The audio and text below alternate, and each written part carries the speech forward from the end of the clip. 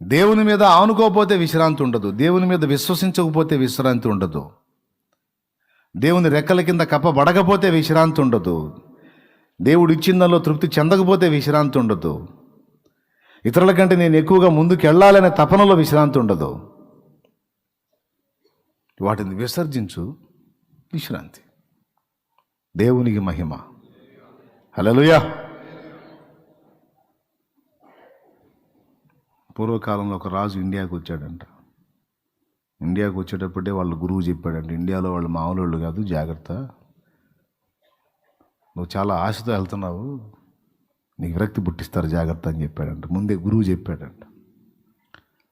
ఎలాంటి వాళ్ళు కూడా నేను ఆన్సర్ చేస్తానని ఆవేశంగా వచ్చాడు ఇండియాకి. అడవిలో వస్తున్నాడంట, మంది మార్బలాన్ని వేసుకొని పెద్ద హడావుడిగా. ఒక చెట్టు కింద ఒక గడ్డం పెంచుకున్న ఒక సాధువు కూర్చున్నాడంట. కూర్చొని ఆ వచ్చే రాజును చూసి కూడా మళ్ళీ కళ్ళు మూసుకున్నాడంట. ఆయన చూసి కూడా కళ్ళు మూసుకుంటే ఇతనికి మరి గౌరవంతో లేచి నిలబడాలి కదా, రాజు వస్తున్నప్పుడు అంత హంగామాగా. అందులో ఇతను చాలా జయించాడు. వచ్చి గుర్రం మీద ఉండి, ఓ పెద్ద మనిషి, నేనెవరో తెలుసా అన్నాడంట. కళ్ళు తెరిచి చూసి మౌనంగా ఉన్నాడంట. నేను ఎంత భూమిని గెలిచానో తెలుసా, ఎంత భూభాగాన్ని ఆక్రమించానో తెలుసా, ఎన్ని యుద్ధాలు చేశానో తెలుసా, ఫలానా దగ్గర నుండి ఫలానా దాకా భూమి అంతా నాదే అన్నాడట. అది చెప్పనిచ్చి నోరు తెరిచాడు. అంతెందుకు 6 అడుగులు జాలుగా అన్నాడంట. దేవునికి స్తోత్రం. అంతెందుకు నాయన 6 అడుగులు చాలు, నువ్వు ఎంత పొడుగున్నాయింది, 6 అడుగులు గుంటే ఎక్కువరా నీకన్నా. చిరాకు వచ్చింది రాజుకి. ఏం మాట్లాడుతున్నావు, ఇంత జయించి వచ్చిన నన్ను ఇంత లెక్క లేకుండా మాట్లాడతావా, నీ అంతు తేలుస్తానన్నాడంట. ఎందుకు నవ్వుతున్నావు, అంత జయించాను, ఎంత జయించాను, ఎంత జయించాను, అంత జయించాను అన్నావు, ముష్టి కోపాన్ని జయించలేదు నువ్వు అన్నాడంట. పాయే, ఇంకేం చేయాలా, ఏది చెప్పినా సరే సైలెంట్గా ఒకటేసి కూర్చుంటాడు వెళ్ళకుండా. ఆ తర్వాత గుర్రం దిగి, గురువు గారు నువ్వు సామాన్యుడిలాగా లేవు, సైలెంట్గా వేస్తున్నావు తడవ కోటింగు, నిజంగా నువ్వు చెప్పింది కరెక్టే, కోపాన్ని జయించలేదు నిజంగా. అంతేకాదు మీ ముఖం ఇంత కళకళలాడుతూ ఉంది, ఇంత ప్రశాంతంగా ఉన్నారు, ఇంత సాధించి కూడా నేనేందో అశాంతితో ఉన్నాను, అంత టెన్షన్లో ఉన్నాను, ప్రెజర్లో ఉన్నాను, అసలు ఎలా సాధ్యం గురువు గారు అన్నాడంట. అది నీ సింపులే, నేను చూపిస్తాను, చెప్పింది చేస్తావా అన్నాడంట. చెప్పండి గురువుగారు, ఏం జీవితం అది చేస్తానంటే, అతను మొయ్యలేనంత రాయి, ఒకటి బరువైన రాయి చూపించి దాన్ని ఎత్తుకో అన్నాడంట. పైకెత్తు చేతులతో అన్నాడు. పట్టి, ఎందుకు ఎత్తకపోతే మళ్ళీ అవమానం ఏమని బలంగా బట్టి లేపాడు. నేను చెప్పిందాక అట్నే పట్టుకున్నాడంట. చాలా బరువు ఉంది, అట్నే పట్టుకో అన్నాడంట. కొంచెంసేపు ఆగి, ఎలా ఉందనంట, గోడలు లాగుతున్నాయి అన్నాడంట. గోడలు లాగేస్తున్నాయి, చాలా భారంగా ఉంది. సరే మళ్ళీ కళ్ళు మూసుకున్నాడు. కాసేపు కళ్ళు, ఇప్పుడు ఎలా ఉందన్నాడంట, కాళ్ళు కూడా లాగేస్తున్నాయి అన్న. మళ్ళీ కళ్ళు మూసు, ఇప్పుడు ఎలా ఉందండి, ఒళ్ళంతా తిరిగిపోతుంది అన్నాడు. మొయ్యగలుగుతా, మొయ్యలేను, వదిలేసే అన్నాడు. వదిలేసాడు. ఇప్పుడు ఎలా ఉంది అన్నాడు. హాయిగా ఉందన్నాడు. నేను కూడా అదే చేశాను అన్నాడు.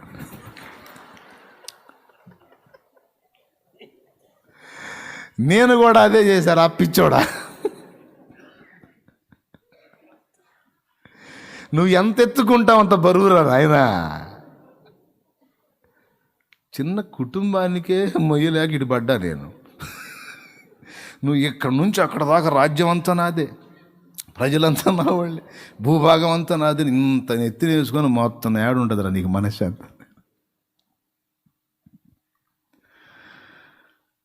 నిజమైన దేవుడిని ఎరుగునో లేదో తెలియదు, ఆయన చూడు ఎంత సూత్రం కనిపెట్టాడు. మనమైతే మరి నిశ్చయముగా ఎత్తేయచ్చు, కింద కాదు. ఆయన ఏం చెప్పాడు, నా చేతుల్లో ఏరా బాబు అంటున్నాడు ఆయన. నీ చింత యావత్తు నా మీద మోపండి, ఆయన మీద వేయుడి. ఎంత క్లియర్గా చెప్పాడు ఆయన. నా బరువు బాధ్యతలన్నీ వదిలించుకొని వచ్చానని ఈయన అన్నాడు. మనమైతే వదిలించుకొని వాళ్ళని అడవులు పాలు చేసి రావసర్లా. మనం దేవుని చేతిలో ఉంచొచ్చు వాళ్ళని.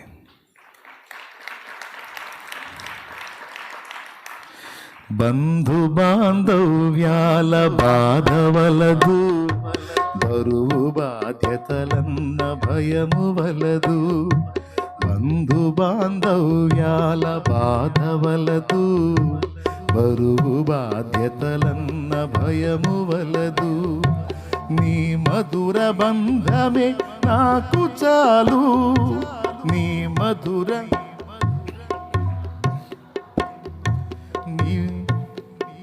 భాగ్యమే నాకు మేలు, నీవిచ్చు భాగ్యమే నాకు మేలు.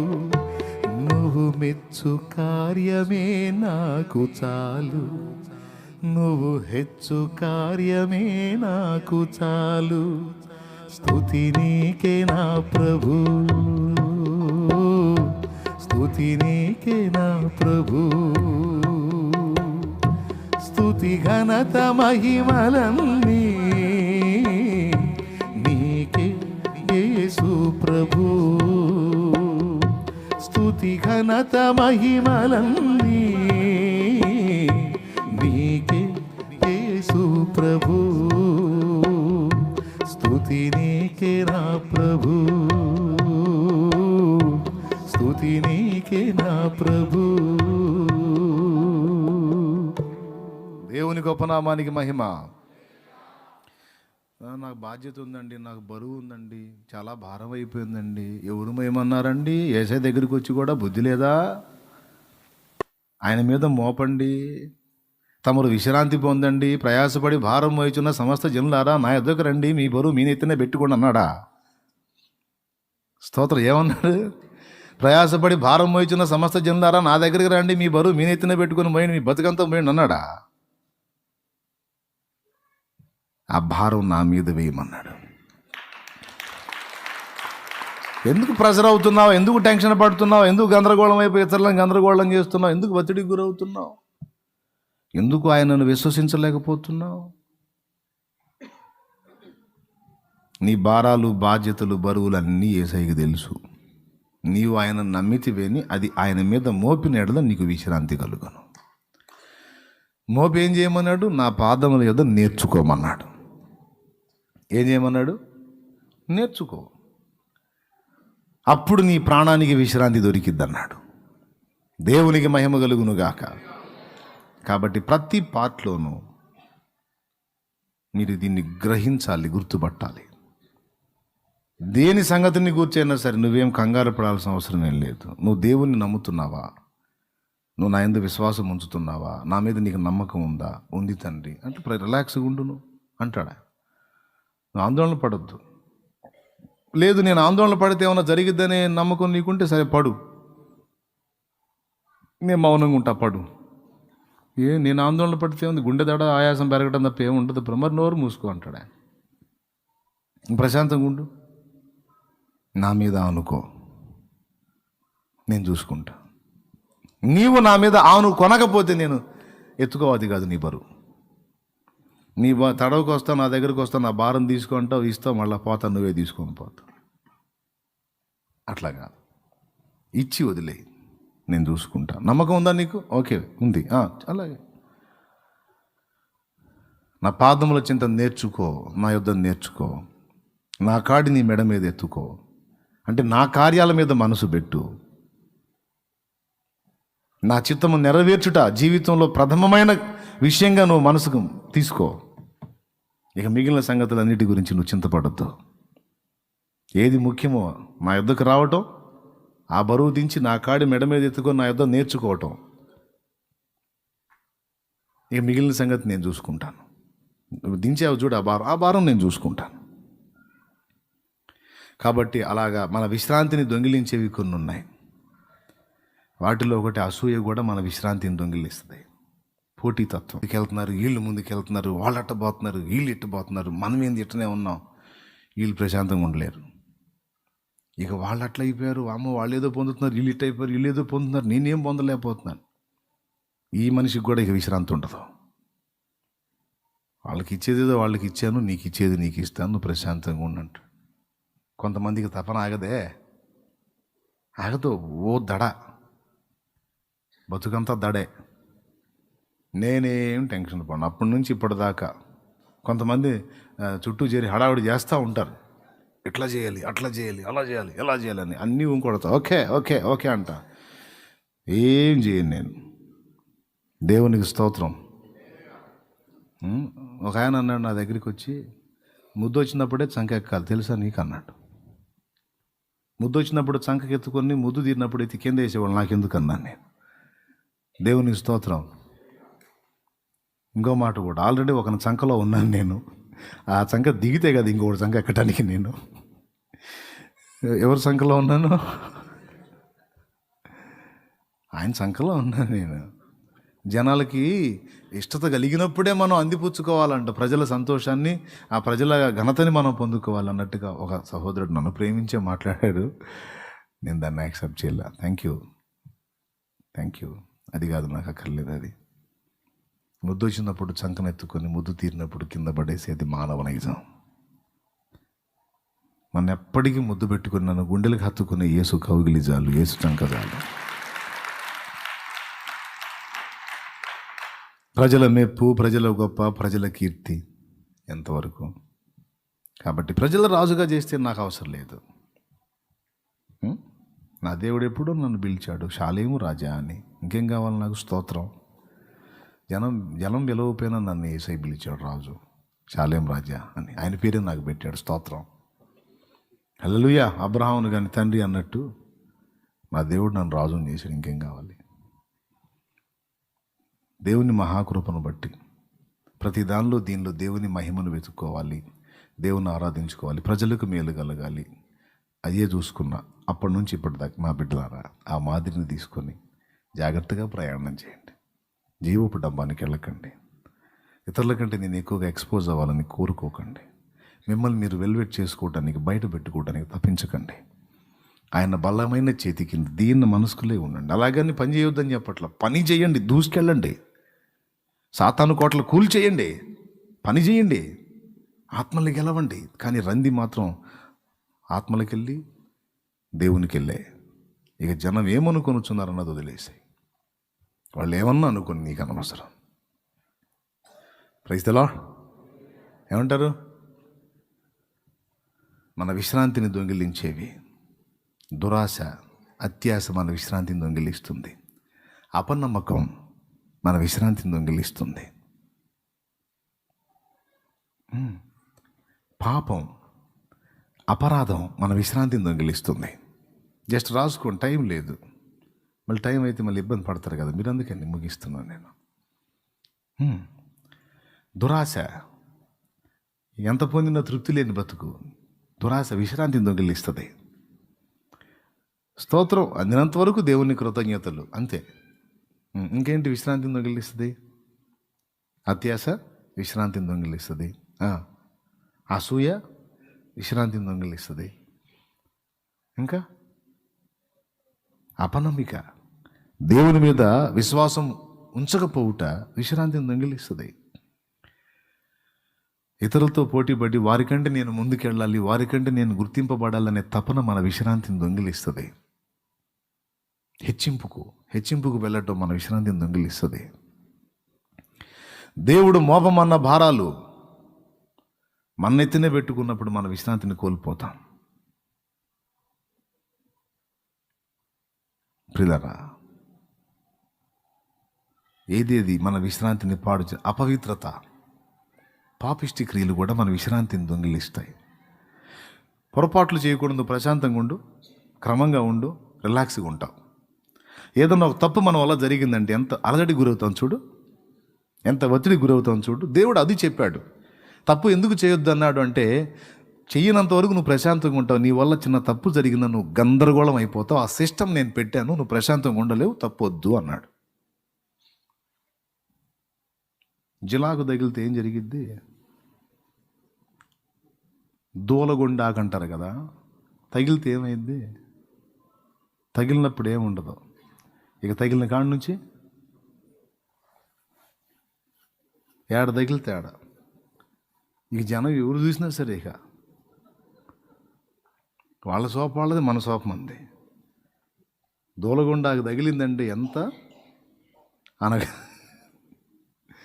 పాపం అంతే, నీ విశ్రాంతిని దొంగిలిస్తుంది, అసమాధానం స్టార్ట్ అయ్యిద్ది. అందుకే వద్దంటాడు. నువ్వు క్యారెక్టర్ని జాగ్రత్తగా కాపాడుకో, ప్రశాంతంగా ప్రయాణం చేయి దేవునితో. ఎంత రిలాక్స్గా ఉంటావు చూడు, ఎంత ప్రశాంతంగా ఉంటావు చూడు, ఎంత నింపాదిగా ఉంటావు. పెద్ద ప్రాబ్లం వచ్చినా సరే ధైర్యంగా ఉంటావు. నేను నా దేవుని ముందు జాగ్రత్తగా బతుకుతున్నా, ఆయన కృప నాకు తోడుంది, నాకు తెలిసినంత వరకు నా తండ్రి ముందు భద్రంగా ఉన్నా. ఇంకేమైనా లోపాలు ఉన్నా నాయన చూసుకుంటాడు. ఒక పెద్ద ఆపద వచ్చింది, ఆయన చూసుకుంటాడు. నా తండ్రి ఉన్నాడు, నాకు ఆయనకు బాధ కలిగించకుండా నేను బతుకుతున్నా, ఆయన చూసుకుంటాడు. నాకేంది సింహం లాంటి ధైర్యం ఉంటుంది. అది వంకర టెంకర పనులు చేయి. టర్కీలో భూకంపం వచ్చింది, మా ఇల్లు కూడా కూలిద్దాము. ఎందుకంటే నేను పాపిష్టిగా పాపిష్టి పనులు చేస్తున్నాగా, ఏమో అది ఒక్కపోయినా సరే ఊగినట్టు అనిపించింది. పక్కిళ్ళు పడితే లేవు కానీ నా కొంప మాత్రం ఖచ్చితంగా పడ్డది, ఎందుకంటే నేను మంచివాడిని కాదు కాబట్టి. ఇట్లాంటివన్నీ వస్తుంటాయి. స్తోత్రం ఎట్లా చెప్పండి.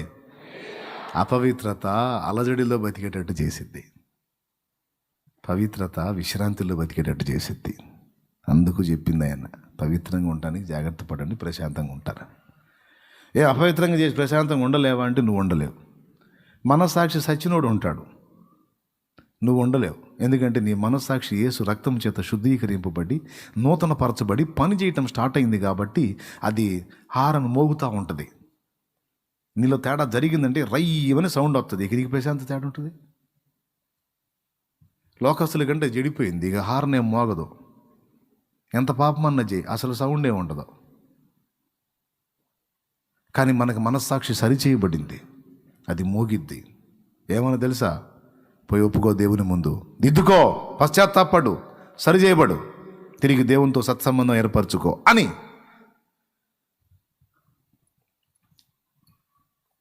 అందుకే అపవిత్రతకు దూరంగా ఉండండి. ఓకేనా? ఇంతే సంగతులు. ఇవి చాలా కీలకమైన హెచ్చరికలు, దయచేసి వీటిని అశ్రద్ధ చేయొద్దు. దేవుడు అనుగ్రహించే విశ్రాంతిలో స్థిరపడండి. ఎవరు చేయాలి? నిన్ను నువ్వు రాజు చేసుకుంటావా? జనం చేయాలా? దేవుడు నిలబెట్టాలా? దేవుడు రాజుని చేయాలా లేదా? చేయాలా లేదా? రాజుని చేయాలా దేవుడు నిన్ను? మరి అన్నావుగా దేవుడు చేయాలి. దేవుడు చేస్తే అవ్వాలా? నేనా అవుతావా? ఏం చేస్తావు? కిరీటం తీసుకెళ్ళి, కీర్తి కిరీటాలు నాకు వలదు, కీర్తి కిరీటాలు నాకు వలదు, సంచారాలు నాకు వలదు, కలల సంచారాలు నాకు వలదు, నీ దివ్య కౌగిలే నాకు చాలు, నీ దివ్య మీరనండి నాకు చాలు, స్తుతి నీకే నా ప్రభు,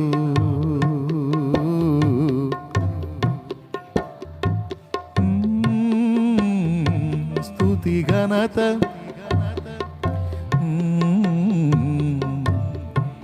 యేసు ప్రభు, స్తుతి ఘనత మహిమలన్నీ యేసు ప్రభు, స్తుతి నీకే నా ప్రభు.